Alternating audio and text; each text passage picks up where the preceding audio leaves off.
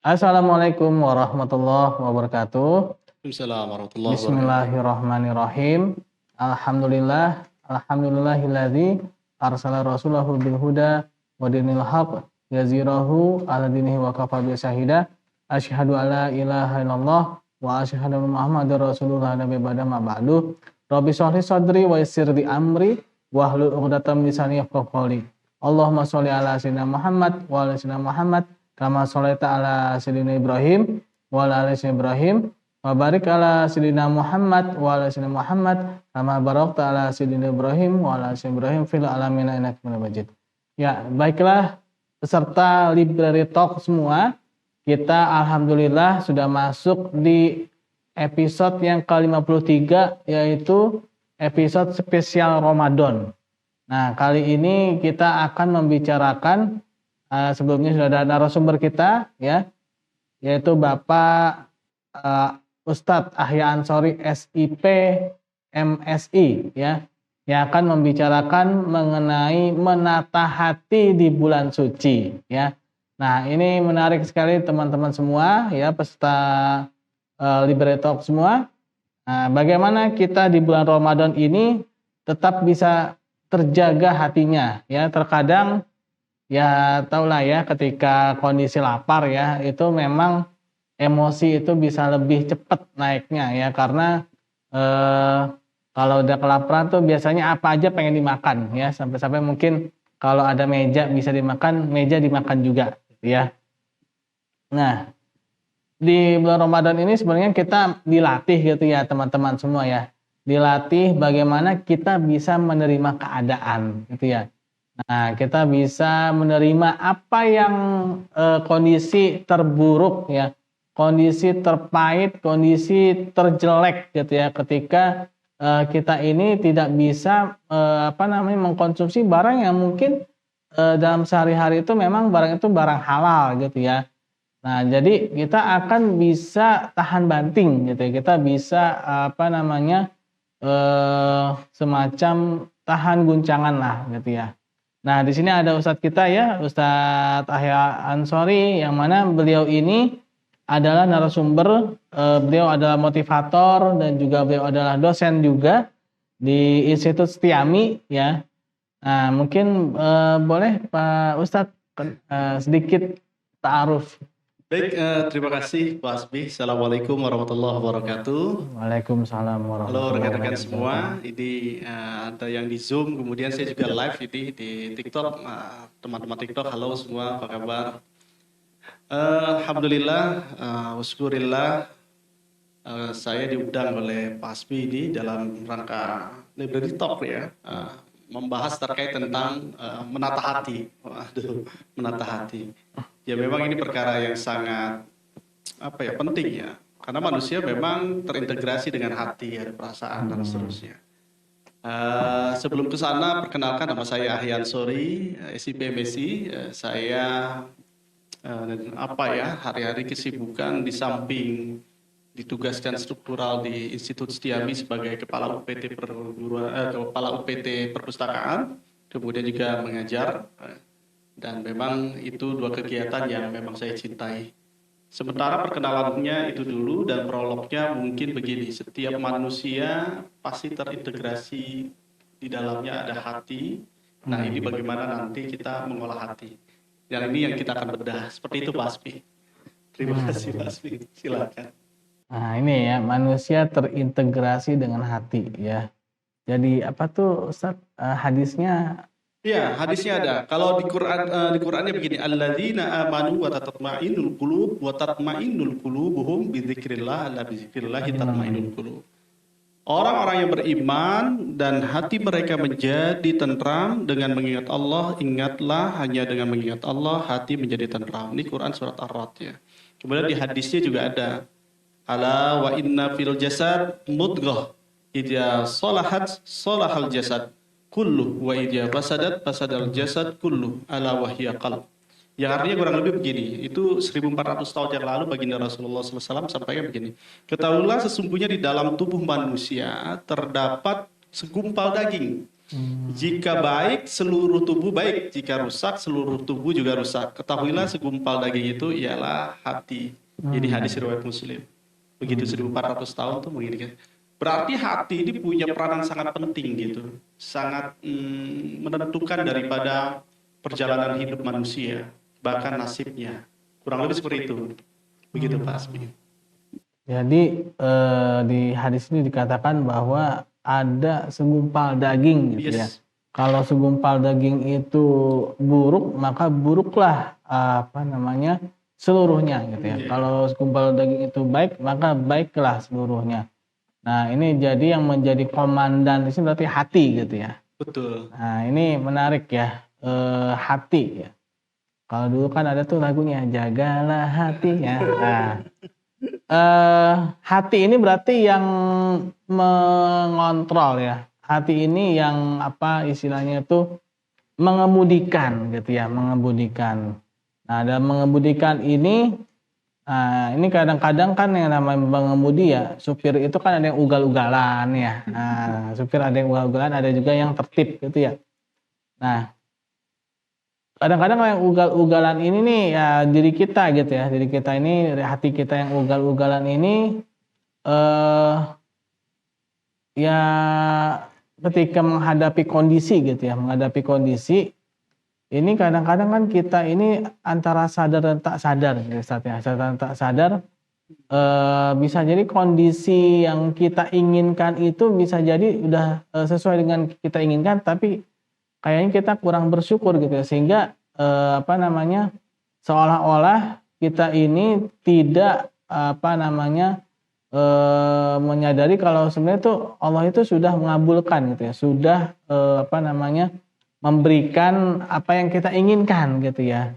Nah, tapi karena kita ini kurang bersyukur, kita ini yang kurang menyadari, sehingga kita ini tidak sadar kalau sebenarnya sudah dikabulkan. Nah, bagaimana nih Pak Ustadz dalam menghadapi kalau dibilang tuh, atau mungkin bisa jadi memang yang kita inginkan itu bisa jadi memang belum dikabulkan. Nah, kalau dalam ayat itu kan apa tuh? Suatu yang baik di sisi kamu itu belum tentu baik di sisi Allah gitu ya. Nah, suatu yang buruk di sisi kamu itu belum tentu buruk di sisi Allah. Nah, ini bagaimana ketika kita menghadapi kondisi yang tidak kita inginkan gitu ya, dan kondisi yang kita inginkan gitu. Baik, benar Pak Asbi. Sebelum saya ke sana, mungkin begini ya. Setiap kehidupan kita, berapa banyak sih yang sesuai dengan keinginan kita gitu. Kejadian-kejadian sesuai dengan keinginan kita. Berapa banyak sih kejadian-kejadian malah yang kita inginkan malah tidak terjadi. Kayak begitu.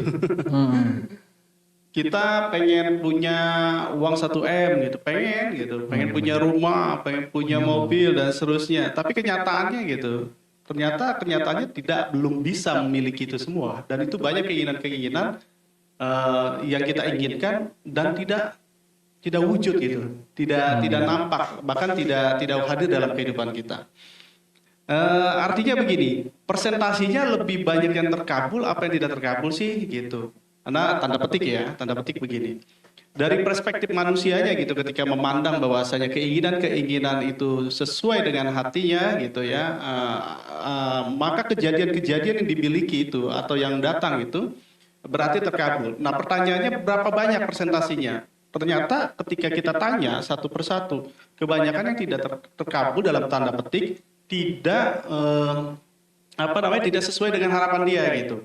Misalnya dia pengen punya tadi rumah besar gitu, mobil dan seterusnya. Ternyata nggak wujud dalam kehidupan mereka gitu, tidak wujud dalam diri mereka. Lebih banyak keinginan-keinginan mereka yang tidak wujud gitu. Tetapi ada juga sebagian ketika dia pengen berjodoh, dia dapat jodoh gitu. Ingin mendapatkan penghasilan yang sekian gitu, terjadi. Jadi ada bagian-bagian yang dikabulkan sesuai dengan hati, ada bagian-bagian yang dikabulkan tidak sesuai dengan hati, kejadian-kejadian itu. Nah, ini kan akan berpengaruh ke hati kita ya. Hati kita, kalau yang sesuai dengan hati kita kan enak. Wah, saya pengen punya mobil gitu. Ternyata dikabulkan punya mobil. Kan senang. Nah, ketika ada orang yang saya pengen menikah tapi nggak jadi-jadi. Kan sedih ya. Sedih. Nah, frekuensi atau persentasi lebih besar yang tidak terjadinya itu kan banyak gitu. Andai kan tidak dikelola hatinya gitu, ini bisa berantakan kehidupannya jadi penuh dengan ketidakbersyukuran. Nah, begitu. Jadi kalau misalnya apa namanya hidup di dunia ini banyak yang tidak terkabulkan, berarti kan perasaan kita nanti kalau tidak di manage kita akan marah gitu. Waduh kok mau berangkat kok hujan sih gitu. Padahal udah siap-siap mau nyari nafkah gitu. Kayak gitu-gitu misalnya. Kok saya di jalan naik motor atau naik mobil gitu banyak meletus, kempes gitu. Padahal saya lagi dikejar-kejar buru-buru gitu. Kayak gitu-gitu, Pak Asmi. Jadi banyak sekali kejadian-kejadian yang mungkin gitu tidak sesuai dengan perasaan kita atau keinginan kita, tapi itu terjadi. Gitu. Tapi itu terjadi. Nah, ini kalau tidak di-manage akan bahaya gitu. Bahaya untuk apa? Tentu untuk diri kita gitu, nantinya akan mempengaruhi nasib kita. Nasib dalam bentuk finansial bisa, keberkahan bisa, maupun kesehatan. Gitu, Mas Bi. Menarik ya teman-teman ya. Jadi saya tuh jadi teringat apa ya perkataan salah seorang narasumber juga dulu ya. Nah, terutama dalam menerima apa kejadian gitu ya. Nah, dia juga mengatakan gini, jadi sebenarnya tuh setiap peristiwa itu kalau dibilang netral gitu ya. Tergantung bagaimana hati dan pikiran ini yang mewarnainya gitu ya. Nah, hati yang mewarnainya ini contoh misalkan ya dalam kehidupan sehari-hari. Misalkan nih teman-teman nih yang masih suka pacaran nih ya. Nah, yang masih suka pacaran nih, misalkan diputusin gitu ya. Sebenarnya kan diputusin itu sesuatu yang netral gitu ya, sesuatu yang netral. Kalau memang nggak jodoh, ya udah gitu ya. Kalau memang nggak jodoh, berarti memang dia selesai di situ gitu kan. Ada orang yang mengartikan itu terlalu berlebih-lebihan gitu ya. Ada yang biasa aja gitu ya. Mungkin kalau yang biasa aja yang netral itu ya udah mungkin memang bukan jodoh saya gitu ya. Nah, tapi ada yang berlebihan. Wah, aku ingin bunuh diri lah segala macemnya gitu ya. Nah, ini kan yang tadi Ustadz katakan kan. Nah, akhirnya apa? Dia jadi sakit ya, nggak mau makan gara-gara diputusin ya kan. Nah, padahal sebenarnya mungkin ada jodoh yang lebih baik ya di di balik itu semua. Nah, itu kan kejadian sehari-hari ya. Atau mungkin ini kali ya, kita mencoba berhusnuzon gitu ya Ustadz ya. Ketika ada satu kejadian tadi misalkan berangkat kerja nih, hujan gitu ya. Nah, mungkin itu ada sisi baiknya juga gitu. Sisi baiknya gini, bisa jadi ya, tanggal itu lagi tanggal-tanggalnya razia gitu ya. Lagi tanggal-tanggalnya razia. Surat-suratnya nggak lengkap. Surat-suratnya nggak lengkap. Alhamdulillah hujan gitu kan, sehingga razianya nggak jadi. Begitu. Nah, mungkin itu bisa juga tuh kalau kita mau berhusnuzon. Nah, itu ya itu mungkin rahasia-rahasia di balik kejadian gitu ya yang Allah Subhanahu wa taala berikan. Nah, gini Ustadz ya. Tadi yang Ustadz katakan tinggal kita bersyukurnya gitu ya. Nah, gimana nih Tat? Kita ini bisa selalu bersyukur dan bersabar. Gitu. Terkadang kan kita ini suka nggak sabaran gitu ya. Apalagi ya kalau nasyid zaman dulu tuh apa yang ada jarang disyukuri, apa yang tiada selalu dirisaukan. Kan? Dunia ibarat air laut. Nah itu intinya itu terkadang kita ini kurang bersyukur gitu Ustadz ya. Nah gimana sih cara Ustadz kita ini bisa tahu kalau itu tuh udah dikabulkan gitu loh sama Allah kan, tapi kadang-kadang kan kita ini suka nggak bersyukur aja gitu, terus juga sekalinya ada kejadian kurang bersabar gitu Ustadz. Baik, ini pertanyaannya bagus sekali nih. Betul sekali. Sebelum masuk ke sana ya, ini sebenarnya kehidupan itu tentang kita, bukan tentang di luar sana, bukan gitu. Hujan, panas, tinggal kita menyikapinya seperti apa gitu. Misalnya menikah atau berpisah, punya anak atau tidak punya anak, itu di luar sana, itu di luar diri kita maksud kita. Tergantung dari sikap kita menyikapinya seperti apa. Nah itu yang memang kita harus pahami dulu gitu. Jadi hidup itu bukan tentang di luar sana, tetapi tentang diri kita.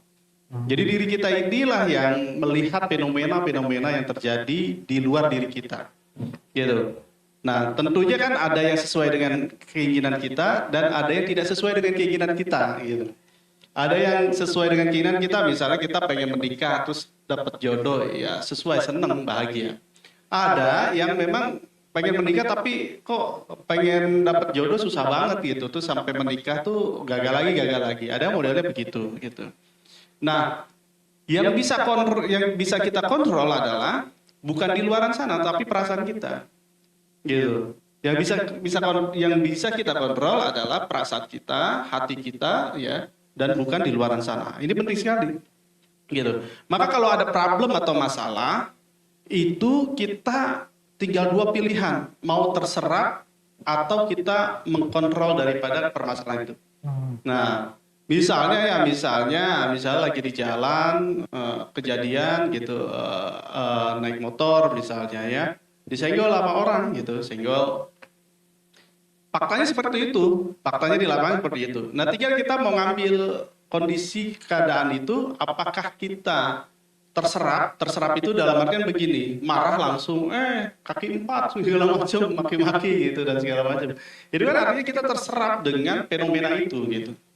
Atau kita mengambil jarak gitu. Ini kenapa ya saya diserempet gitu. Ngambil jarak dulu dengan permasalahan itu.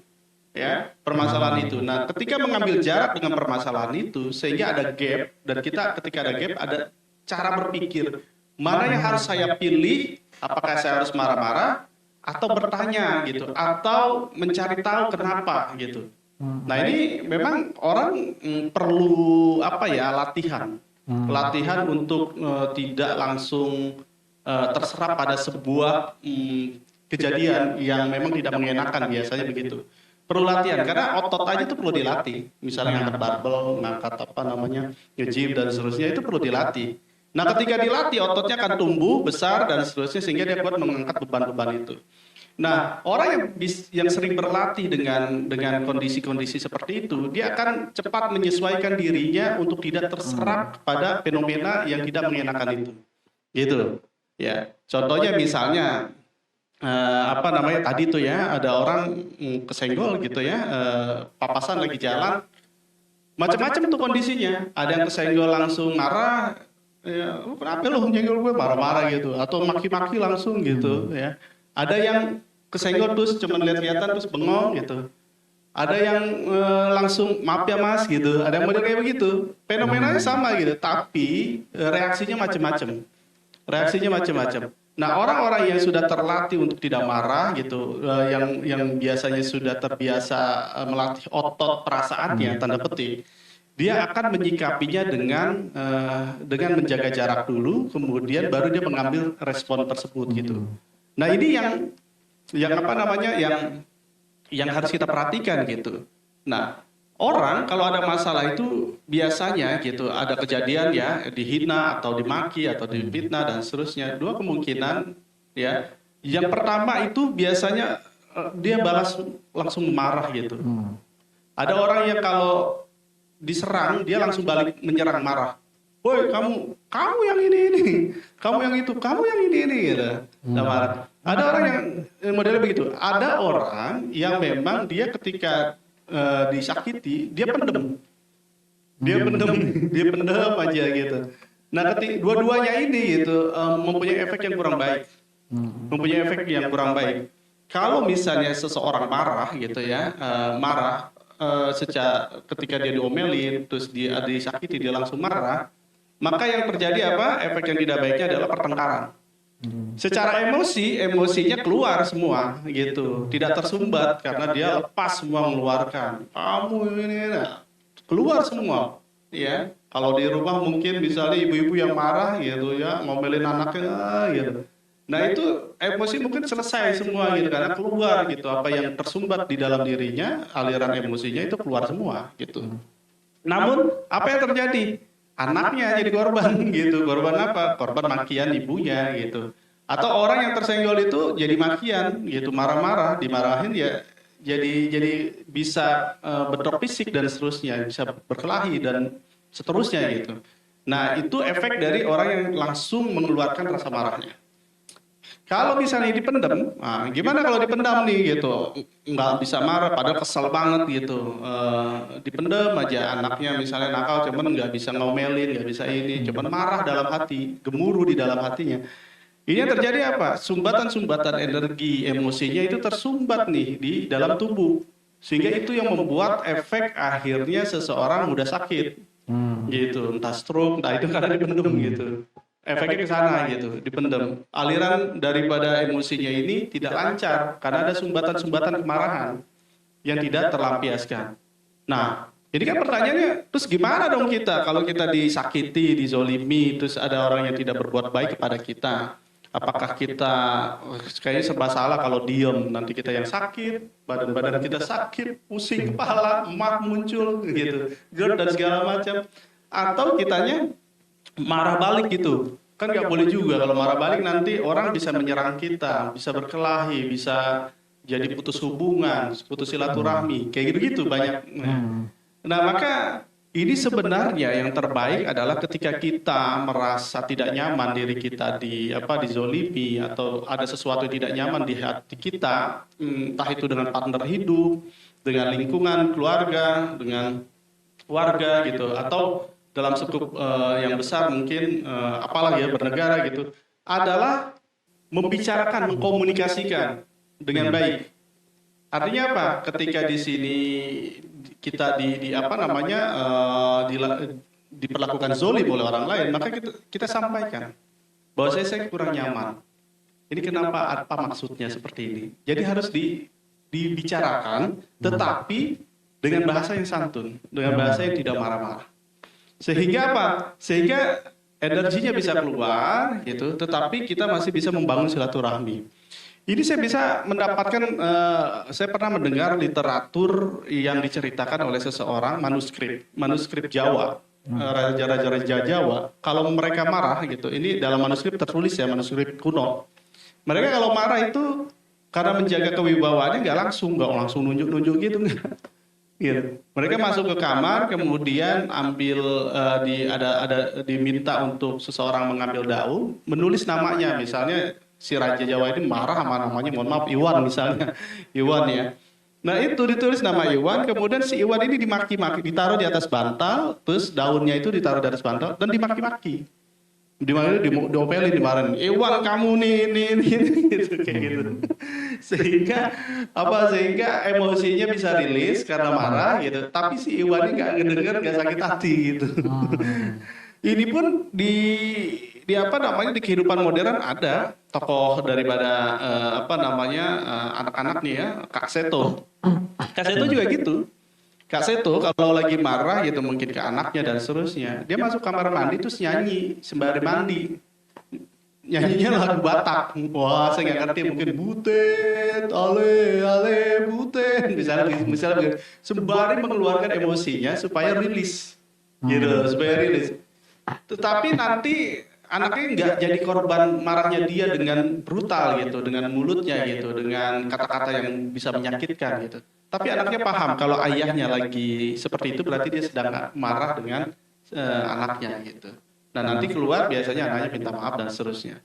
Nah ini teknik bagaimana merilis perasaan kita yang memang rasa marah dan seterusnya bisa muncul gitu. Tetapi ini memang harus dilatih.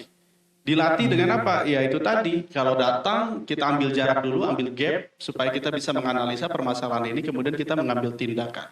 Saya ingat betul ketika, bukan ingat ya, saya mengingat dengan literatur yang di dalam Islam misalnya Perang Badar gitu kan, itu kan 131 melawan 113 melawan daripada hampir 1000, 3 kali lipatnya gitu ya.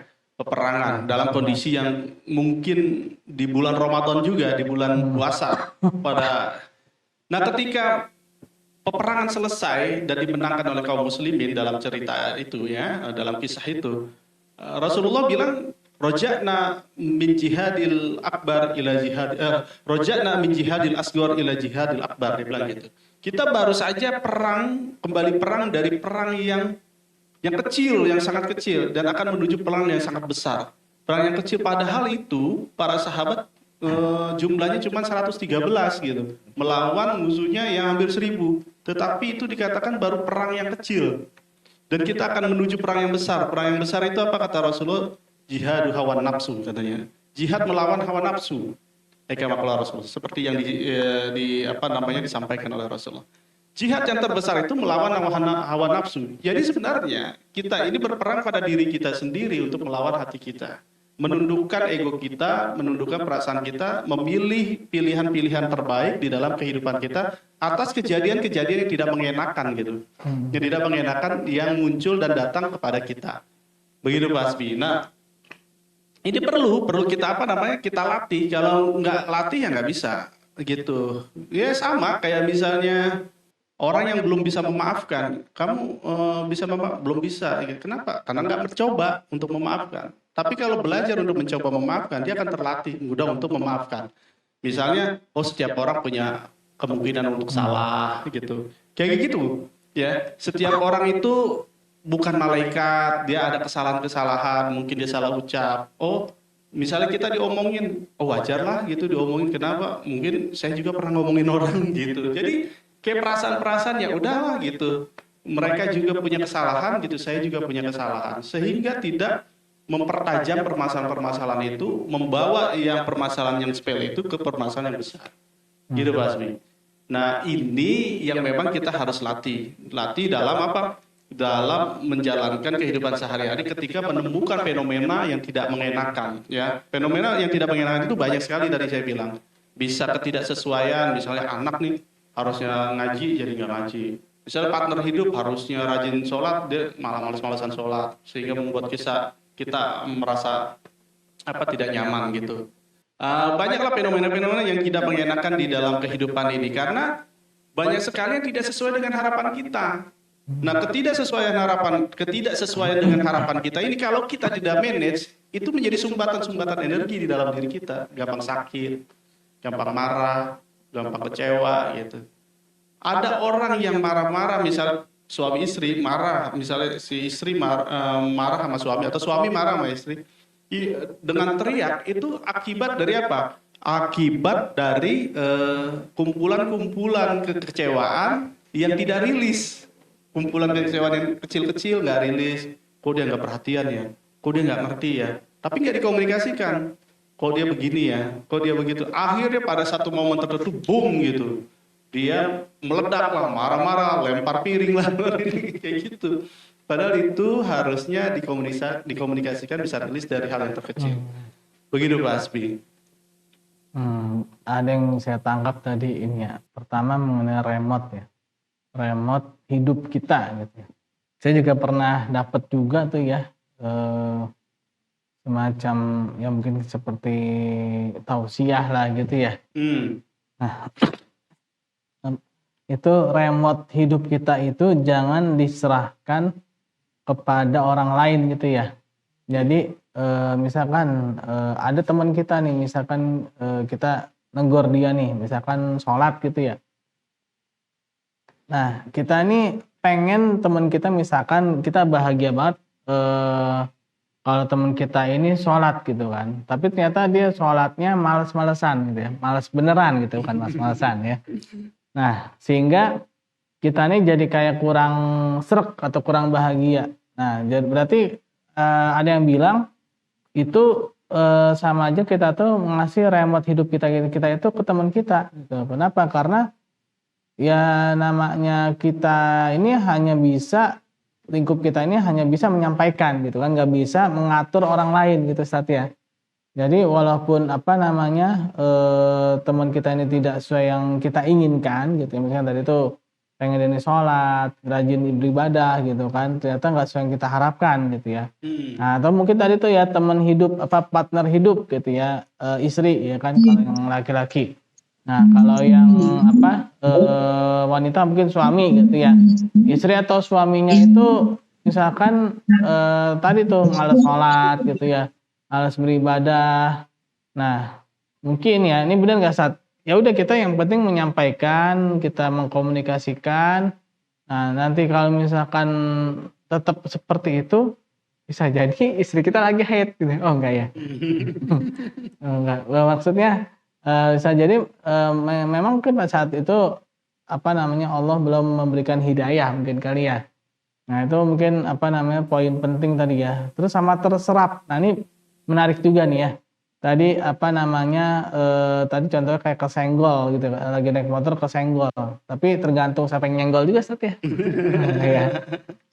Paling nyenggolnya truk bahaya juga ya. Bahaya juga. Nah, nyenggol truk bisa langsung innalillahi lagi. Nah, menarik juga nih ya, mengenai kesenggol. Ini salah satu contoh aja kali ya. Salah satu contoh kasus. Mungkin ada banyak kasus lain gitu Sat ya. Saya pernah baca tuh imam siapa gitu ya, atau ulama salafus saleh siapa gitu ya. Jadi dia itu kejadiannya itu hanya karena sendalnya itu putus, Tat. Dia langsung keinget ternyata sendal saya putus ini gara-gara dia itu lupa mandi khusus sholat Jumat. Nah, dia langsung teringat, oh dosa saya ini nih. Jadi langsung keingetan dan jadi dia langsung relate. Jadi bencana yang didapatkan sama dia langsung relate sama dosa yang pernah dilakukan. Nah, jadi itu memang susah banget kita pagi orang kayak kita gini saatnya kita saya aja termasuk saya juga. Ya. Nah, terkadang kan kita ini mohon maaf ya kegeeran gitu ya. Dosanya banyak tapi mengharap surga gitu kan. Nah, terus juga nggak sadar-sadar lagi kan ya. Nah, sekali kena bencana nanya lagi, Allah dosa saya apa gitu. Padahal banyak gitu. Nah, padahal ulama-ulama salafus saleh dulu ya itu gara-gara cuma sendalnya putus aja langsung keinget satu dosa gitu ya, langsung nyambung, oh dosa saya ini, putusan ini. Kalau kita kan kadang-kadang udahlah kesenggol truk gitu ya, masih nggak sadar juga gitu kan. Nah, ini tadi kalau kata Ustadz kan langsung ngambil jarak gitu ya, langsung memikirkan. Nah, ini memang tahap yang sulit juga saat ya. Terkadang kan kita ini tadi tuh ya kegeeran gitu kan, seolah-olah udah jadi manusia paling suci sedunia gitu ya. Nah, sehingga begitu ada bencana ya kita menjadi orang yang seolah-olah paling malang sedunia gitu kan. Nah, ini menarik Ustaz ya. Ini pertanyaannya gini, gimana nih caranya Ustaz agar kita ini selalu mungkin ada tips dan trik dari Ustaz nih, selalu ingat gitu ya, atau bagaimana caranya agar kita ini minimal tidak terbawa emosi lah, tidak terserap gitu ya. Iya, ya betul. Kalau kita bagaimana caranya supaya kita tidak terserap mudah marah dengan fenomena-fenomena luar sana gitu ya, supaya kita bisa mengambil kendali, kontrol dan seterusnya gitu. Memang perlu latihan, tidak ada cara lain, latihan. Ketemu dengan orang yang tidak sabar, terus kita latihan untuk bersabar. Ketemu lagi dengan orang yang tidak sabar, kita bersabar gitu, dizolimi, itu akan lama-lama akan terlatih. Bahkan ketika kita sudah terlatih gitu, kita tidak lagi melihat keluar, tetapi melihatnya ke dalam. Ya betul kata Pak Aspi, orang-orang soleh itu akan berpikir dosa apa ya saya gitu, dosa apa ya. Jadi kalau anaknya nakal gitu atau pasangan macam-macam gitu, itu tinggal introspeksi diri aja, dosa apa yang saya perbuat gitu. Misalnya gitu ada orang yang anaknya dipesantrenin gitu, padahal pesantren bagus ya, dan memang bagus gitu, pendidikannya bagus gitu. Tapi kok anaknya misalnya tanda petik gitu jadi pembuli atau malah dibully gitu. Itu biasanya ada kaitannya dengan perilaku orang tuanya di rumah. Gitu. Jadi kalau mondokin anak di pesantren bukan berarti dia naruh terus orang tuanya santai-santai, scroll gitu ya, nonton video, nyantai. Yang penting sholat 5 waktu gitu.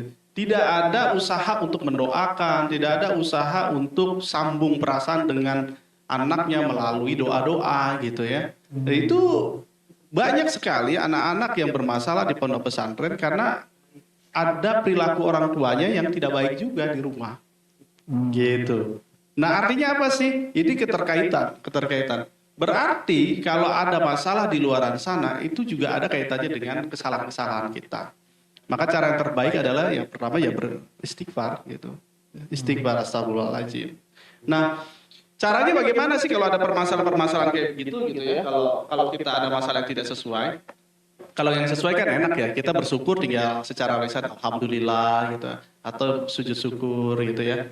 Nah, kemudian kalau secara lisan dan kalau perbuatan gimana ya, vertikal dan horizontal. Vertikal dalam artian begini, ya itu tadi kita sholat, ya berdoa kepada Allah, terima kasih gitu ya. Kalau horizontalnya apa? Ya kita bermanfaat untuk kehidupan. Cara bersyukur kita mendapatkan kenikmatan-kenikmatan itu, yaitu dengan cara kita melakukan kebaikan. Kalau secara vertikal kita menyembah Allahnya gitu ya, secara horizontalnya kita melakukan kebaikan, kebermanfaatan di kehidupan.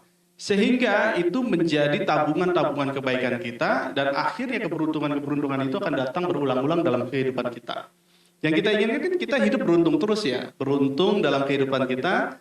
Caranya supaya keberuntungan itu hadir terus adalah kita menabung kebaikan-kebaikan. Tanda petik ya, kita lagi bicara misalnya tentang hukum kekekalan energi misalnya, kayak begitu. Orang yang berbuat kebaikan gitu, maka energinya itu akan masuk dalam bank semestanya gitu. Kalau dia buat terus, maka ketika banyak dan dia membutuhkan sesuatu, itu bisa dikonversi dalam bentuk kesehatan, finansial gitu. Ya, tergantung nanti Allah Subhanahu wa taala mengizinkannya gitu. Tapi biasanya keberuntungan akan muncul polanya itu kalau kita fokus pada kebermanfaatan. Jadi cara bersyukur ketika kita mendapatkan kehidupan yang sesuai dengan perasaan kita adalah dengan terus bersyukur secara lisan. Kemudian secara tindakan ada vertikal, yaitu vertikal tetap menyembah Allah gitu ya. Kemudian secara horizontalnya kita berbuat kebaikan terhadap semua makhluk, tidak saja manusia gitu. Alam semesta juga harus kita sama-sama perbaiki gitu. Ada orang yang suka rilis misalnya burung, ikan, itu tujuannya untuk menyeimbangkan alam. Niatnya mulia sekali kan. Semakin besar niatnya dan semakin besar itu pula gitu ganjarannya gitu. Jadi kalau niatnya untuk menyeimbangkan alam, walaupun hanya seekor lele, 2 ekor lele atau ikan apa dilepas, dirilis di sungai, di kali, tujuannya untuk keseimbangan alam, maka itu tabungan energi semesta yang begitu besar sekali gitu. Itu terhadap lingkungan misalnya seperti itu. Nah, kalau misalnya yang sesuatu tidak enak, terus sabarnya gimana caranya gitu kan? Cara supaya kita tetap bisa jaga jarak dan seterusnya, istiqomah supaya terlatih otot kita untuk bisa memaafkan, ya sama gitu. Secara lisan kita beristighfar gitu. Beristighfar secara lisan, astagfirullahaladzim, ini banyak dosa-dosa nih saya nih gitu. Keserempet tuh orang-orang soleh gitu. Orang soleh itu keserempet bukan nyari dia dulu yang salah nih gitu. Enggak, tapi dia istighfar dulu. Astagfirullahaladzim, saya diserempet gitu, astagfirullahaladzim gitu, keserempet nih, ada kejadian apa nih, buat salah dosa apa, dia malah introspeksi ke dalam, nggak melihat menjudgment orang yang nyerempet dulu, enggak gitu. Saya punya cerita, ini true story dari ibu saya ya, kakek saya begitu gitu, dia lagi jalan keserempet gitu, keserempet motor gitu, motornya jatuh, malah kakek saya yang minta maaf gitu, kau nggak apa-apa ya, nggak apa-apa gitu, dan itu memang ya cerita ibu saya nggak mungkin lah gitu ya, ibu saya pasti saya yakini dia betul berceritanya gitu. Dan sering begitu, kakek saya tuh misalnya ada kebo orang gitu ya, makanin masuk ke, karena zaman dulu kan banyak ini ya, ada kerbau masuk ke Tekanan. ya tanamannya dimakan gitu ya, kebunnya gitu. Itu dikasih tahu gitu, itu ada yang makan, kata kakek saya bilang nggak apa-apa gitu, dia lagi lapar gitu. Itu hanya orang-orang yang bisa terlatih kayak gitu. Kalau nggak terlatih udah marah, itu kebunnya siapa sih, kurang ajar amat tuh, yang punya nggak tahu diri gitu, dijaga kan ini. Mungkin begitu, mungkin selevel kita masih kayak begitu gitu. Tapi ada orang-orang yang sudah terlatih ototnya. Jadi sensoriknya itu ketika ada satu masalah dia kebaikan aja terus itu. Itu ada yang model seperti itu. Nah, berarti apa? Kalau secara lisan sudah gitu, perbuatan juga sama. Kalau ambil jarak kita, kalau ada satu masalah ambil jarak dulu. Jangan buru-buru terserap. Ambil jarak sebuah masalah gitu ya. Kemudian kita lakukan vertikal dan horizontal gitu. Vertikal dan horizontal itu istilah aja sih ya. Yang pertama ketika ambil jarak tuh kita beristighfar, lagi pada masalah apa nih? Introspeksi diri deh gitu. saya sering menangani, bukan sering ya, beberapa ya pernah menangani beberapa kasus misalnya di pondok pesantren gitu ya. Itu menangani anak-anak itu gitu, kita kaitkan dengan orang tua. Saya bilang anak-anak ketika ada masalah di pondok pesantren, ini pasti hakul yakin, gitu. Hakul yakin. Saya sih ngomongnya nggak begitu ke orang tua. Saya bilang ke orang tua muridnya, saya bilang, ya Wil, ini Bu, Pak, gitu. Kalau anak kita bermasalah, karena biasanya ada di antara kita atau keduanya sebagai orang tua melakukan kesalahan. Saya bilangnya begitu agak lembut ya, artinya melakukan dosa gitu. Entah dosanya yang seperti apa, entah menengah atau besar dan seterusnya, sehingga ini mempengaruhi anak kehidupan di pondok pesantren. Nah, ketika saya sampaikan itu, nggak ada protes. Semua pada nunduk gitu. Artinya itu ada kaitan erat gitu antara orang tua dengan anak gitu. Ada kaitan erat. Maka perlu kita ketika ada masalah berarti ini dosa apa saya. Maka orang soleh begitu. Saya ada melakukan dosa apa ya? Istighfar dulu, astagfirullahaladzim, astagfirullahaladzim. Kayak gitu. Nah kemudian apa? Secara vertikal kita sudah istighfar, secara horizontal kalau ada masalah dengan apa namanya, dengan orang ya kita datangi, yaitu sampaikan. Ada mohon maaf gitu, komunikasikan dengan baik, jangan tidak dikomunikasikan, komunikasikan dengan baik gitu, komunikasikan dengan baik. Kalau memang itu kesalahan dari kita ya kita maaf gitu. Kalau misalnya dia marah-marah ya itu latihan, dia didatangkan ke kita itu untuk supaya kita latihan otot kita supaya bisa memaafkan atau menerima apa, nggak mesti menerima orangnya, menerima kejadiannya aja, karena menerima kejadian itu adalah bagian daripada rukun iman. Takdir baik dan buruk datangnya dari Allah kan.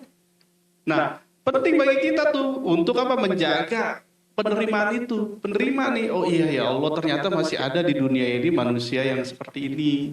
Dan kau datangkan ke aku, nggak mungkin manusia ini datang kepada aku terus ada masalah denganku gitu ya, tanpa seizin kau. Pasti ini karena izin kau. Saya mendengar ceramahnya, walaupun saya tidak membahas kontroversinya ya. Tetapi ini ada kalimat bagus yang ketika orang-orang soleh itu, ketika COVID kemarin, orang-orang soleh itu berbeda doanya dengan kita. Para kekasih-kekasih Allah tuh berbeda doanya. Kalau kita kan, kalau COVID apa? Ya Allah, hilangkanlah COVID, ya enggak? Iya dong, standarnya begitu. Ya Allah, angkatlah penyakit ini. Semua begitu kan. Rata-rata itu orang-orang pada umumnya seperti itu. Tapi kata Buya Razi itu orang-orang soleh itu orang-orang yang apa namanya yang mencintai Allah gitu. Dia menerima takdir itu. Dia katakan, ya Allah, gitu. Aku menerima ketentuanmu gitu. Tolong kuatkan aku menjalankan ketentuanmu. Begitu. Jadi minta dikuatkan dirinya untuk menjalankan ketentuan, karena menolak daripada ketentuannya itu sama aja gimana ya gitu. Kayak semacam kurang baik lah gitu kalau orang-orang yang sudah cinta dengan Allah gitu. Jadi keadaan apapun seharusnya gitu kita tuh menerima dulu takdir baik dan buruk datangnya dari Allah, dan ketika sudah menerima gitu perasaan itu nanti akan tergantikan yang tadinya gemuruh, marah dan seterusnya jadi sebuah kelapangan. Walaupun presentasinya nanti berkembang 2% dulu, 3%, 4%, 5%, dan mungkin sampai 10%, sampai 100% baru bisa jauh lebih tenang. Nah ketika sudah tenang, apa yang terjadi? Ya ketika ini kan semua datangnya dari Allah. Ini kan semua datangnya dari Allah. Mau yang gak enak juga datangnya Allah. Kalau saya marah-marah berarti saya nggak terima dengan ketentuan Allah. Bahaya lagi kan gitu. Itu wilayah hakikatnya begitu. Kalau orang-orang yang udah cinta. Jadi dia menerima. Tapi menerima seperti ini bukan berarti bodoh ya. Menerima saja diomelin, ini diem aja, nggak gitu. Kecopetan nggak mau apa namanya lapor, misalnya nggak gitu. Di wilayah perasaannya dia menerima bahwa saya kecopetan. Ini Allah datangkan, introspeksi diri, astagfirullahaladzim, mungkin saya kurang sedekah gitu kan. Kurang sedekah, maka saya perlu bersedekah lebih banyak lagi. Tetapi copetnya ketahuan, ya kita laporkan. Gitu. Ini dua hal yang berbeda. Jadi berserah dan menerima itu bukan pasif, tapi di sini berserah dalam hati dan aktif dalam melakukan kegiatan bermasyarakat ya. Gitu. Jadi kalau ada kesalahan pencopetnya ya tinggal tinggal ditanya, kamu kenapa nyopet ya? Kalau misalnya istri saya mau melahirkan, ya tinggal kembali ke hati nurani misalnya, ya sudah ini buat kamu, misalnya seperti itu. Lain kali nggak usah begitu Pak, mendingan kalau ini cari yang halal, kan bisa begitu. Atau memang pasti saya coba enggak, saya mau buat mabuk gitu, ya udah laporin aja ke polisi gitu, laporin ke polisi karena dia pencopet gitu, misalnya kayak begitu. Tetapi di wilayah hati dia damai tenang karena menerima kejadian itu dirinya dicopet gitu. Nah, kayak gini-gini memang perlu latihan, kesadaran bahwa setiap kejadian di muka bumi ini adalah apa? Adalah ditentukan oleh Allah Subhanahu wa taala. Sangat aneh kalau kita merasa cinta kepada Allah gitu ya. Inna solati wa nusuki wa mahyaya wa mamati lillahi rabbil alamin. Ya, ibadahku, salatku, hidupku, matiku karena Allah taala gitu. Tapi ketika Allah kasih ketidaksukaan, ketidakenakan dalam kehidupan, nggak terima gitu kan, aneh gitu. Aneh. Iya, kalau orang cinta kepada Allah itu dia akan menerima ketentuan yang tidak enak pun gitu. Yang penting dilapangkan dadanya gitu. Dilapangkan dadanya. Nah, ini penting bagi kita untuk apa? Menjadi parameter indikator kita untuk menelisik ke dalam diri. Maka perlu kita masuk ke dalam diri kita. Apakah diri kita ini jauh lebih banyak bersyukurnya menerima ketentuan Allah, atau sebaliknya kita marah gitu. Nah, kalau marah, ya itu tadi sumbatan energi, gampang sakit dan seterusnya. Termasuk penyakit-penyakit yang datang itu kepada diri kita adalah bagian-bagian dari pengguguran dosa-dosa kita. Kan kalau misalnya sakit nih, alhamdulillah berarti sedang digugurkan dosa-dosa. Kan kalau orang beriman begitu. Tapi ada orang yang nggak mengerti, dikasih sakit, ini gue sakit apa sih kok dikasih gini gitu ya. Tadi tanyain dikasih penyakit gula dan seterusnya, nggak introspeksi, malah menyalahkan keluar gitu. Nah, ini akan sulit sembuhnya. Saya sering ngobrol sama seorang terapis tuh begitu. Semakin dia menerima penyakitnya yang diberi, dalam arti menerima lapang dada ya, bukan menerima terus kemudian jadi brutal, nggak boleh makan gula dia malah makan ini, enggak gitu. Dia menerima penyakit yang diberikan oleh Allah Subhanahu wa taala, didatangkan kepadanya gitu ya, didatangkan kepadanya. Dia semakin menerima semakin mudah sembuh, biasanya begitu. Secara menterapinya begitu. Jadi terima dulu. Ini bagian dari cerita hidup kita. Gitu, seperti itu Pak Hasbi. Menarik ya. Jadi selalu menerima ketentuan dari Allah Subhanahu wa taala ya. Yes. Yang Allah Subhanahu wa taala perintahkan gitu ya. Kok pikiran saya jadi agak traveling ke film Dora ya. Dora itu gini. Kan teman-teman semua ya pasti pernah nonton film Dora ya. Ceritanya si Dora itu mau ke gunung gitu kan. Saya kan mau kemana kita? Mau ke gunung, lewat mana? Kebun jagung gitu kan. Terus nah ini kan rute-rute yang harus dilewati gitu kan. Jadi kan saya ibaratnya tuh kalau Allah nih, misalkan nih Allah nih cinta sama kita nih. Kata Allah, kamu kalau memang cinta sama saya gitu ya, kamu tuh harus jalanin jalan ini gitu kan. Nah, kayak tadi kalau kata Dora tuh lewatin kebun jagung, lewatin apa gitu ya. Nah, harus lewat sini gitu. Jangan lewat yang lain gitu. Kalau lewat yang lain berarti kamu nggak cinta gitu kan. Nah, sama kayak kita kalau laki-laki punya istri gitu ya.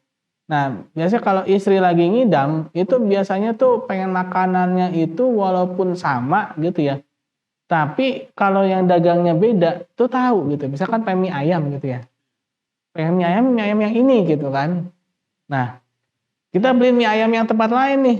Tahu dia.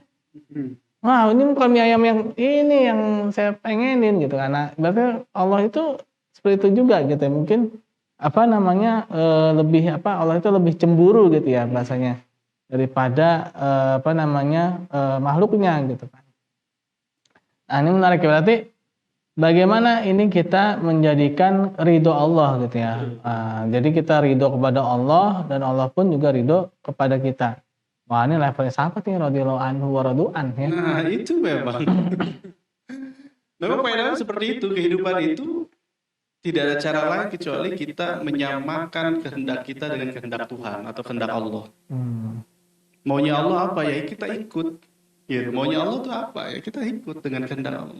Ini yang sulit gitu, yang mungkin orang perlu belajar lama sekali gitu. Kadang-kadang dikasih kehendak kayak begini malah nggak terima gitu.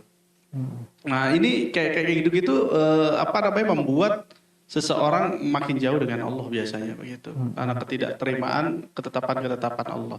Tapi orang-orang yang soleh itu mereka menerima ketetapan Allah.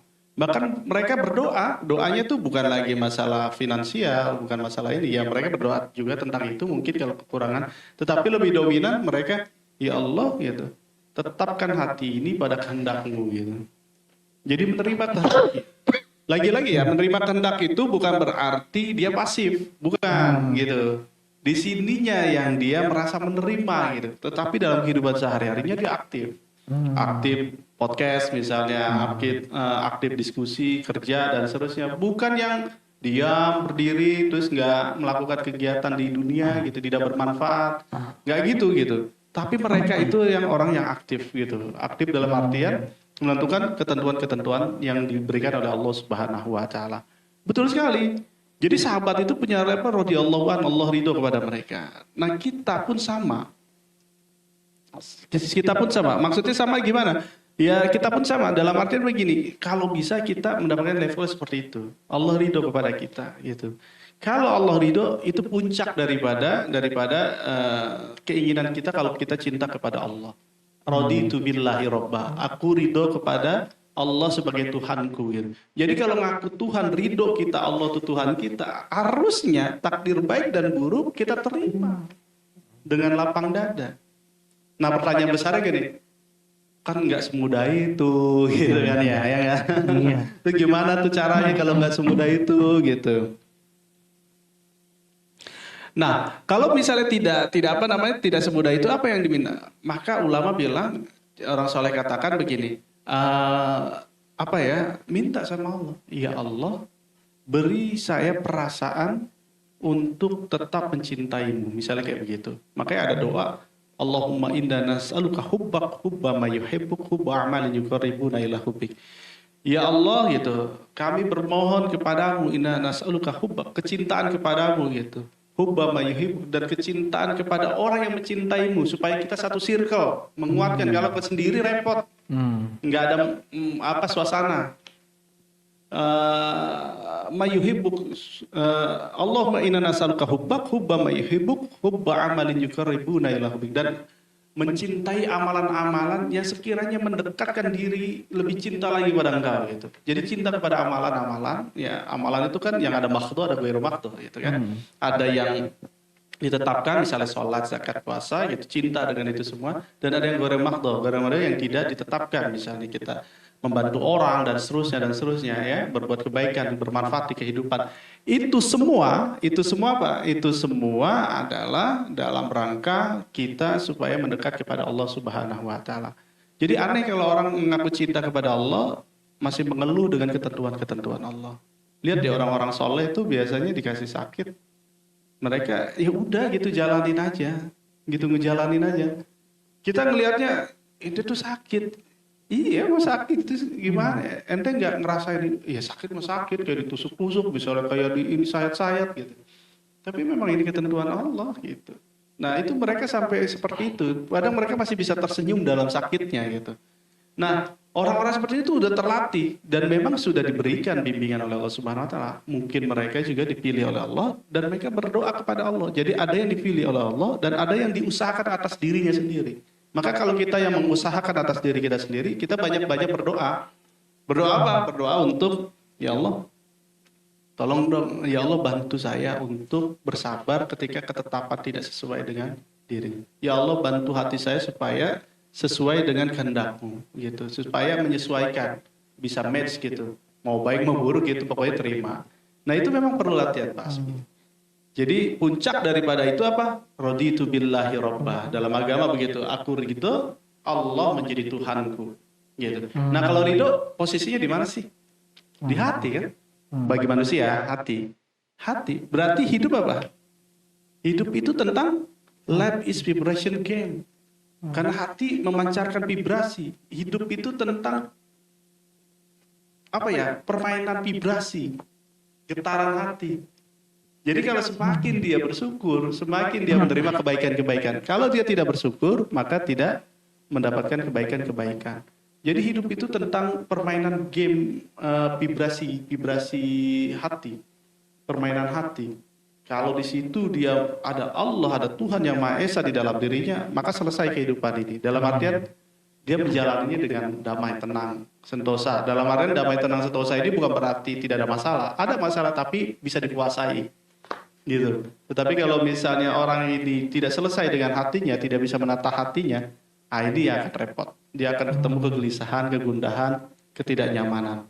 Tentunya dalam perjalanan ini tidak akan langsung kita menjadi tenang, damai. Nah itu tadi perlu dilatih otot-ototnya itu, gitu. Seperti itu Pak Aspi. Oke, menarik ya teman-teman semua. Oh iya, ini ada teman-teman kita yang di Zoom ini mungkin mau bertanya, boleh yang di Zoom bisa raise hand atau mungkin bisa di kolom chat ya. Ada yang mau bertanya? Boleh 3 penanya raise hand. Atau langsung saja boleh. Nah, ini ada Bang Irfan. Nah, boleh, silakan Bang Irfan. Suaranya. Mic-nya di on kan? Ya, terima kasih Wih, mantap. Ustaz Asmi dan Ustaz Ahya. Assalamualaikum warahmatullahi wabarakatuh. Waalaikumsalam. Assalamualaikum warahmatullahi wabarakatuh. Kedengeran suaranya? Kedengeran. Kenceng banget di sini Pak Dir. Oke, Masya Allah. Masya Allah. Iya, saya menyimak ya bagaimana kalbu dan segala takdir dari Allah SWT. Pertanyaan saya begini Ustaz Ahya ya. Setiap kali kita mendengar beberapa orang yang setiap menyampaikan nasihat diakhiri dengan yang benar datangnya dari Allah, yang salah itu pribadi, seperti itu ya, bahasa seperti itu kurang lebih ya. Nah, apakah itu termasuk syirik ya? Tadi kan disampaikan bahwa yang baik, yang benar semua dari Allah. Nah, penyampaian seperti itu bagaimana menurut Ustaz Ahya nih? Kalau ada bahasa yang benar datangnya dari Allah, yang salah dari kita, bukannya salah dan benar dari Allah ya. Nah, bagaimana menurut pandangan Ustaz Ahya? Terima kasih saja, jazakallah. Assalamualaikum. Masya Allah. Tes 1, 2, 3. Terdengar suara saya? Terdengar. Oke. Iya, ini memang harus disikapi dari sudut pandang mana dulu gitu ya. Karena memang setiap saya katakan ini kalimat ya. Itu harus dilihat ini konteksnya syariat atau hakikat gitu. Jadi kalau bicara syariat dia sedang bicara tentang ya seorang hamba yang memang kalau salah datangnya dari hamba gitu. Maksudnya tuh kesalahan dia gitu, dosa-dosa dia gitu, kehilapan dia, mungkin dia belum banyak belajar dan seterusnya. Kalau yang benar udah pasti datangnya dari Allah gitu. Itu bicara masalah syariatnya gitu. Nah, kalau wilayah hakikatnya gitu, kejadian itu memang sudah ditakdirkan oleh Allah Subhanahu wa taala gitu. Terjadi, diizinkan terjadi. Nah, masalah qada dan qadar ini kan tentu nanti penjelasannya akan panjang sekali nih gitu. Ya, ketentuan Allah dan seterusnya ini akan panjang sekali, tapi nantilah pembahasannya akan berbeda. Jadi saya pikir itu tidak termasuk dalam kategori syirik lah ya, itu hanya wilayah-wilayah syariat. Sama kayak misalnya Pak Direktur misalnya, Pak Irfan nih bilang gini, lagi ngobrol sama Pak Irfan ngobrol ditanya gini, Pak Irfan mau kemana? Saya mau kerja gitu. Buat apa kerja gitu? Ya nyari duit, biar kenapa? Ya biar bisa makan gitu. Kemudian ada orang bilang, wah itu syirik yang memberi makan Allah gitu kan gitu. Kira-kira gimana Pak Irfan tuh? Kalau begitu. Nah ini kan dua konteks yang berbeda. Yang satu Pak Irfan, Om Irfan nih ya, direktur kita vokasi ini sedang bicara masalah syariat gitu. Tetapi dijawab dengan hakikat. Dengan hakikat kita yakin betul memang yang memberikan Allah gitu, memberikan Allah dan seterusnya. Tetapi ingat ketika asyhadu alla ilaha illallah pasti digabung dengan Muhammadur Rasulullah gitu. Kita yakin betul yang memberi kenyang itu Allah, yang memberi sehat itu Allah, yang memberikan segala macamnya itu Allah. Tapi kalau kita sakit kita ikut Rasulullah berobat gitu. Kita ikut berobat. Ketika kita butuh makanan, maka kita misalnya bekerja gitu. Karena Rasulullah juga berdagang, berjalan di pasar gitu. Dan itu ada ayatnya. Jadi ini sering menjadi perdebatan-perdebatan di konteks-konteks tertentu gitu, di kalimat-kalimat tertentu, tetapi tidak membingkainya atau membagi bagian. Kalau ini wilayah syariat, ini lagi ngobrolin syariat ya. Atau kita lagi ngobrolin hakikat ya. Jadi orang kadang-kadang wilayah syariat ditarik ke hakikat sehingga ini menjadi debatable gitu. Jadi diskusi yang nggak gitu, akhirnya gitu. Padahal kalau kita pahami, oh iya emang itu wilayah syariat, orang lagi bicara wilayah syariat. Artinya syariat ini yaitu tadi Muhammadur Rasulullah gitu. Tapi kalau misalnya hakikat, semua kejadian-kejadian ini ia bermuara kepada izinnya Allah Subhanahu wa taala. Begitu kurang lebih Pak Direktur. Alhamdulillah, jazakallah, terima kasih jawaban Ustaz. Sama-sama. Oke, terima kasih Pak Irfan atas pertanyaannya. Ada lagi yang lain, mungkin ada yang ingin bertanya? Gak usah rebutan, satu-satu aja. Oh, enggak ya. Bagaimana yang lain? Ada yang ingin bertanya? Ini bagus sekali materinya ya, mengenai hati ya. Jadi ya secara sedikit kesimpulannya itu, jadi apa yang kita dapatkan nanti itu tergantung dari bagaimana hati kita, guys. Yes. Nah, ada yang mau bertanya lagi nih, Pak Abdul Kholik kampus C ini.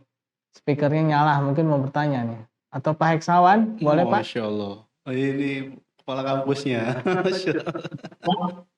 Narasumbernya nggak pakai peci nih, kata Pak Irfan. Oh, tadi kita diskusi ini mau formal apa non formal, katanya semi formal, katanya. Ya Pak, ya ini Ustadz mau nanya nih Ustadz. Kadang-kadang saya menemui beberapa kasus nih ya, adik-adik saya itu kesulitan menentukan apakah ini jodoh saya atau bukan. Nah itu mungkin agak sedikit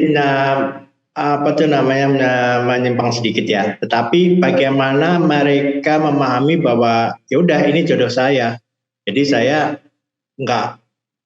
berusaha untuk menerima ini sebagai jodoh saya. Ini ceritanya lagi ta'aruf gitu Pak. Oh, belum menikah. Itu belum. gimana tuh Pak? Iya. Jadi baru ta'aruf gitu. Kadang-kadang keyakinan bahwa dia berhenti pencariannya di situ itu bagaimana Pak? Kapan dia memutuskan untuk meyakininya itu? Karena saya pernah mendengar juga ya begitu udah ada yang lamar itu ya sebenarnya udah langsung diyakini ini adalah jodoh saya. Gitu. Iya. Wah, Masya Allah. Ya. Mudah-mudahan bisa memberikan pencerahan nih buat yang lainnya. Para jomblo-jomblo. Oh, Baik, terima kasih Pak Iksa. Ini Kepala Kampus C ya, Pak Iksawan. Pak Iksawan, terima kasih. Kalau bagaimana sih kalau kita supaya yakin dengan jodoh kita? Ya tentu dalam agama kita sering mendengar ya ada istikharah dan seterusnya. Kalau itu sudah dilakukan dan seterusnya, biasanya dengan betul ya. Apalagi biasanya ulama itu menyarankan puasa 3 hari gitu. Puasa 3 hari dalam rangka mendapatkan jawaban. Jawaban ini memang di dalam hati yang saya dapati dari guru saya itu, dari ustadz-ustadz saya adalah apa? Ketetapan hati. Ketetapan hati untuk apa? Untuk memilih ya atau tidak gitu. Dia diberi kekuatan untuk memilih. Memilih ya gitu. Ada kecenderungan untuk ya gitu. Nah itu ikuti saja. Atau kecenderungan untuk tidak gitu. Atau keraguan-raguan. Nah biasanya seperti itu. Nah kalau sudah melakukan ikhtiar vertikal ya, dalam bentuk sholat dan puasa misalnya ya, tinggal ikuti saja. Biasanya intuisinya lebih kuat gitu. Dia kejadian fenomenanya biasanya yang sering saya tanyakan, kalau misalnya jodohnya itu biasanya dimudahkan.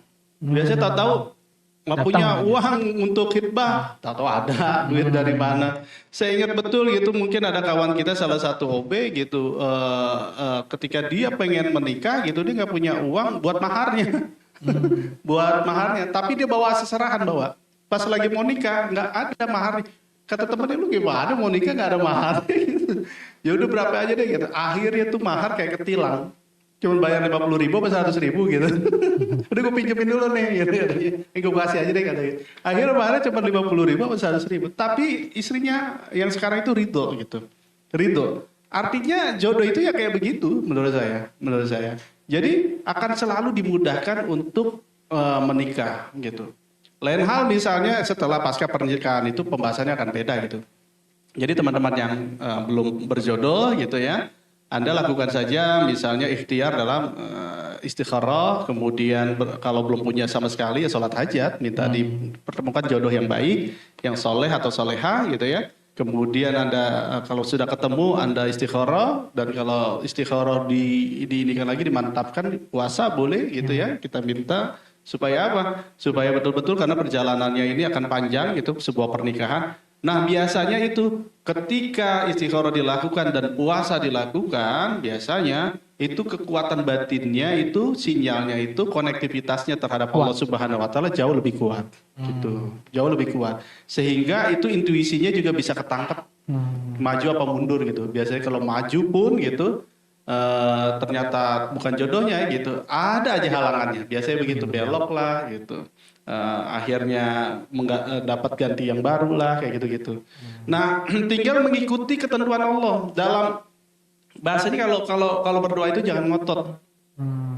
Iya, jangan maksa. Kalau saya sih ya mendapat pelajaran begitu. Ya Allah, ini sekehendakmu yang terbaik gitu. Jadi kalau kita sudah minta ya Allah ini kayaknya baik, bagus dan terakhir sekehendakmu yang terbaik ya Allah. Jadi mengikuti kehendak Allah Subhanahu wa taala. Sehingga ketika ada sesuatu yang tidak sesuai dengan hati kita, ini merupakan kehendak Allah. Jadi kita belajar menerima kehendak Allah.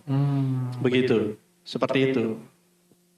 Iya, sebenarnya itu dulu. Walaupun nanti secara teknis, bukan teknis, secara syariat, bahasanya apa ya, secara psikologis gitu, memang perlu dibenahi juga, misalnya kenapa nggak nikah-nikah gitu, apakah ada luka batin dan seterusnya. Secara psikologis ya, misalnya. Ada orang kan yang menutup jodohnya itu ya karena misalnya dia nggak percaya sama cowok gitu. Misalnya si cewek ini misalnya case-nya dia pengen menikah, tapi kok gagal-gagal mulu gitu. Karena di dalam bawah sadarnya ada luka batin misalnya, mohon maaf nih, ayahnya berpisah gitu, sehingga dia mengatakan ayahnya aja yang cinta sama saya, dia bisa mengkhianati ibunya dan apa namanya melukai saya gitu, apalagi orang yang belum dikenal gitu. Akhirnya sakit hati itulah yang akhirnya membuat tertutup jodoh, bahasanya begitu. Terus jodoh, dia khawatir, takut. Kemarin juga ada orang yang konseling gitu, mahasiswi kita gitu ya. Dia cerita, khawatir Pak, kenapa gitu? Ya karena ibu bapak saya berpisah gitu. Terus kemudian apa namanya, saya kemarin dia cerita jujur, saya pacaran terus saya diduain kayak gitu. Jadi kayaknya polanya takut berulang Pak. Jadi saya takut menikah padahal saya pengen punya rencana berkeluarga dan seterusnya. Nah ini gitu dari sisi keilmuan psikologisnya gitu. Tetapi secara hakikat tetap vertikalnya kita mengarahkan kepada Allah Subhanahu wa taala. Seperti itu. Ya Pak Ayah, karena saya ada beberapa pengalaman teman saya dulu ya, yang di kantor yang dulu, sehingga efeknya itu tadi ya. Jadi merasa bahwa ya itu memang belum jodoh dia, dan itu sudah menganggap bahwa itu ketentuan Allah, sehingga dia masih nyari lagi gitu. Terus begitu akhirnya di usia yang udah cukup mohon maaf ya terlambat gitu, akhirnya dia memutuskan untuk nggak menikah dan mengatakan bahwa ya udah ini udah keputusan Allah gitu. Nah maksud saya melihat dari perjalanannya dari dulu waktu dia masih mudanya sampai dengan sekarang dia sudah memutuskan untuk tidak menikah, itu kan sebenarnya selalu menisbatkan Allah di situ gitu. Pada saat dulu dia enggak Ini Zoom kok habis sih? Kenapa tuh? Kayaknya Zoom-nya ini deh. Kemarin pada ada lisensi.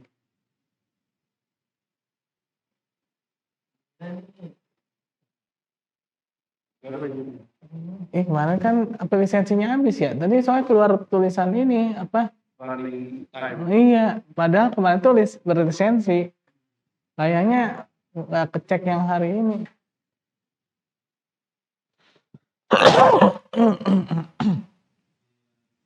Lanjut aja ya. Iya, lanjut. Tapi iya,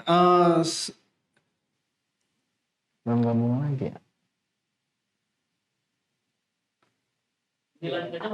iya, lanjut. Baik, mungkin kita bisa mendengar itu semua pertanyaan-pertanyaannya. Memang saya sebenarnya tidak kapasitas dalam menjawab sebuah bukan fenomena ya, tentang kodok dan kodar ini, karena kodok kodar ini perlu ulama khusus yang membahas. Kalau semua ini sudah takdir Allah, semua takdir Allah gitu. Misalnya saya bodoh, sudah takdir Allah gitu. Kayaknya gimana ya gitu. Allah kan kata Gus Baha gitu. Misalnya ada orang bermaksiat, terus ketika bermaksiat sudah takdir Allah. Kok Allah dilibat-libatkan gitu. Agak nggak sopan juga gitu ya. Nah, ini yang memang perlu pembahasan ya, khusus kepada ulama-ulama yang lebih paham terkait tentang kodo dan kodar ya.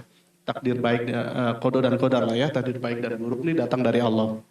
Tapi memang seperti ini, kalau ada seseorang sebenarnya harus dicari tahu dulu gitu, kenapa dia tidak menikah gitu, dia sudah cari tahu sejauh mana gitu, apakah di dalam dirinya ada luka batin gitu, yang saya bilang itu sehingga dia terlalu pikir-pikir, khawatir,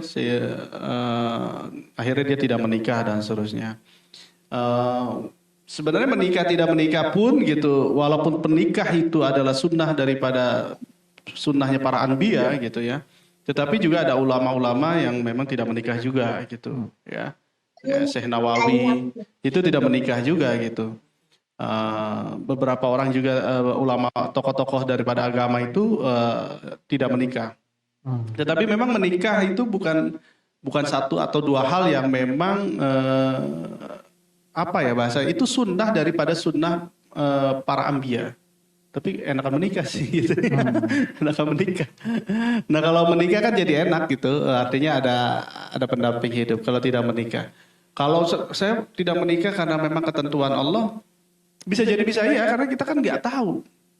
Nggak tahu itu ketentuan Allah. Tapi kita hanya bisa merefleksikan fenomena itu dari berbagai pandang sudut gitu. Sudut pandang misalnya dari psikologi seperti apa gitu. Apakah dia bermasalah secara psikologi, misalnya dia punya luka batin gitu.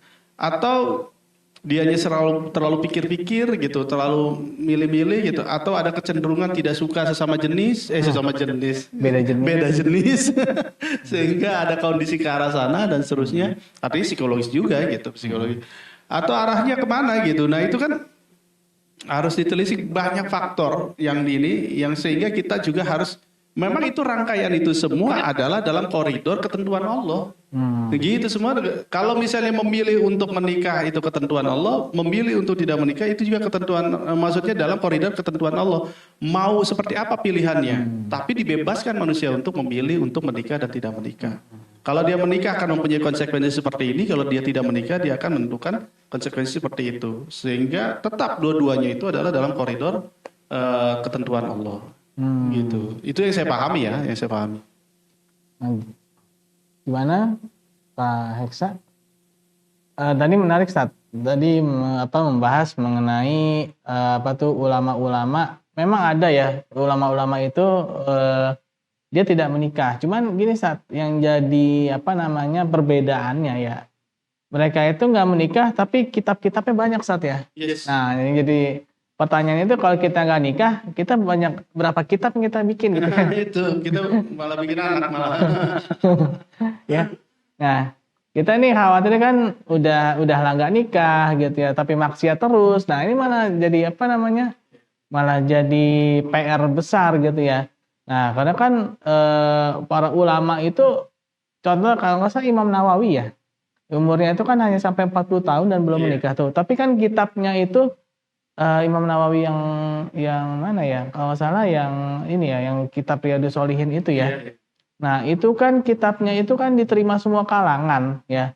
Nah, mungkin ya karena saking sibuknya memikirkan umat gitu ya, dengan membuat berbagai macam kitab yang luar biasa gitu ya. Akhirnya beliau tidak menikah gitu ya. Nah, yang jadi pertanyaan itu kalau misalnya kita gitu ya, ini emang kita nih bikin kitab apa sih gitu ya? Iya. Jadi memang ulama itu tidak menikah karena gandrung pada ilmu, gitu, gandrung pada ilmu kitab, dan akhirnya syahwatnya itu tenggelam dalam kenikmatan mengolah keilmuan kitab-kitab dan seterusnya gitu. Nah, kalau misalnya Anda yang syahwatnya tinggi, ya lebih baik menikah gitu, karena ada jalur yang dibolehkan oleh agama gitu. Jadi agama tuh seperti itu.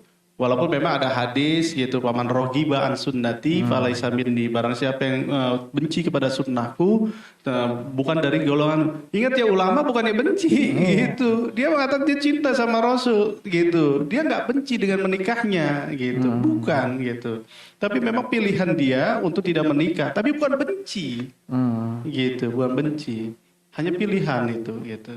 Kalau ulama membenci Rasulullah gitu dengan sunnah Rasul, kayaknya nggak mungkin, gitu, kayaknya nggak mungkin. Nah, itu yang memang bisa kami sampaikan kurang lebih, gitu. Ini masih standby Pak Asbi di. Masih. Teman-teman ada lagi yang ingin bertanya? Ini materi menarik ini ya. Atau ada yang ini ingin bertanya? Ya. Oh, ini direkam, jadi hanya rekaman saja. Berarti sudah selesai Zoom-nya, tinggal Pak Asbi kembali ke moderator Pak Asbi. Oke, tadi Zoom-nya udah kebuka lagi. Oh, tapi Zoom-nya muncul ini apa nih? Udah gabung lagi ini teman-teman di Zoom. Nah, itu ya, udah ada yang. Atau ada yang ingin bertanya gimana kalau pengen nikah lagi gitu, enggak ya? Ada yang udah nikah berkali-kali, ada yang belum dapat gitu ya. Iya. Nah, ini intinya raditu billahi robba sih. Raditu billahi robba. Itu raditu billahi robba itu kalau dibacanya dengan hati, itu betul-betul penuh penghayatan. Raditu billahi robba, aku ridho Allah menjadi Tuhanku. Wabil Islami dina, dan Islam agamaku. Itu wabi Muhammadin nabiyya, dan Muhammad adalah nabiku. Jadi kalau betul-betul pakai penghayatan, jadi apapun konteksnya di dunia ini itu yang terjadi ya diterima gitu. Dengan disandarkan kepada baginda Rasul dan Quran gitu. Quran dan baginda Rasulullah SAW, maksudnya Quran dan hadis gitu. Jadi perjalanan hidupnya akan ke arah sana gitu.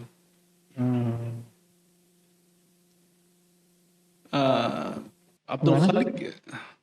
Pak Abdul Khalik, Bang Dul, ada yang ingin bertanya lagi teman-teman di Zoom? Atau kalau malu bertanya secara langsung bisa lewat kolom chat. Nah, Ustadz Nur Hasan ini. Open mic. Oh, tidak ya. Hanya open mic ternyata. Saya kira open mic mau bertanya. Oke, kalau memang tidak ada nih, ini benar nggak ada nih ya, nggak ada yang bertanya lagi ya. Kalau memang tidak ada lagi yang bertanya, terima kasih kepada teman-teman semua dan mohon maaf ya apabila banyak kekurangan ya, apabila terdapat kekurangan ya tadi yang kata Bang Irfan katakan ya, yang benar itu dari Allah Subhanahu Wa Taala dan yang salah itu dari diri saya pribadi ya. Kurang lebihnya kita tutup dengan baca hamdalah alhamdulillahirabbil alamin dan doa subhanakallahumma bihamdi subhanakallahumma bihamdika asyhadu an la ilaha illa anta astaghfiruka wa atubu ilaik. Assalamualaikum warahmatullahi wabarakatuh. Waalaikumsalam warahmatullahi wabarakatuh. Waalaikumsalam warahmatullahi wabarakatuh.